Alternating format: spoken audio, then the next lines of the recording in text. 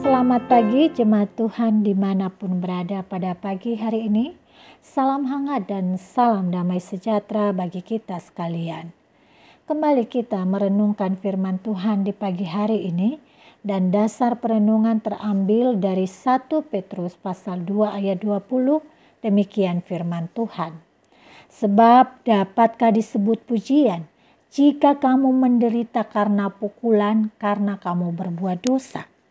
Tetapi jika kamu berbuat baik dan karena itu kamu harus menderita, maka itu adalah kasih karunia daripada Allah. Saudara, menjalani penderitaan adalah sesuatu yang tidak disukai bahkan dihindari oleh semua manusia. Meskipun demikian, kita juga sepakat bahwa selama kita masih hidup, anak-anak Tuhan termasuk di dalamnya, tidak steril dari yang namanya penderitaan.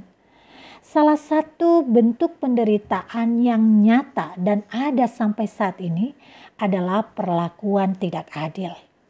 Itulah yang terjadi dengan orang-orang yang menerima surat Petrus. Mereka saat itu sedang mendapatkan perlakuan tidak adil dari pemerintah dan masyarakat saat itu karena mereka dianggap sebagai kelompok sesat karena mereka menganut agama baru di awal-awal perkembangan kekristenan. Dan sebagai objek ketidakadilan, hak-hak dasar mereka sebagai manusia yang dihargai, diterima, dan bebas mengekspresikan diri pun dirampas sedemikian rupa.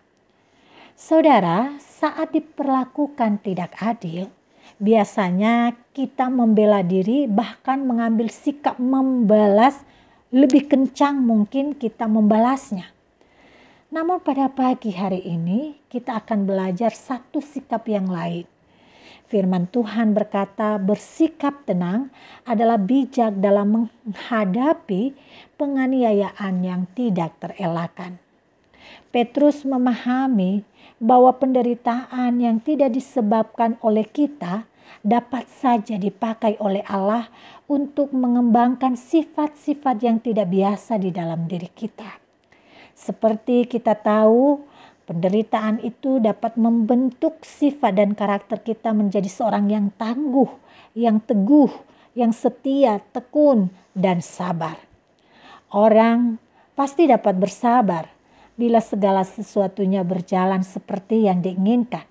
Namun kesabaran itu akan diuji ketika dia menghadapi ruang atau masa-masa yang dipenuhi dengan penderitaan. Tetapi sebuah kebajikan sejati hanya terjadi apabila kita tetap tenang dan menguasai diri walaupun berada di bawah tekanan. Saudara, dengan memahami bahwa penderitaan dapat saja dipakai oleh Allah untuk mengembangkan sikap dan sifat luar biasa dalam diri kita, maka seharusnya kita jangan terlalu berduka ketika kita mengalami perlakuan orang-orang jahat yang menipu kita atau memperlakukan kita tidak adil. Mereka mungkin saja melakukan apa yang mereka mau. Namun satu hal, kita harus tenang. Dan kita mendapatkan ketenangan ketika kita kuat bersekutu dengan Allah sambil berharap bahwa segala sesuatu yang sakit dan menyulitkan itu akan terarah untuk kebaikan.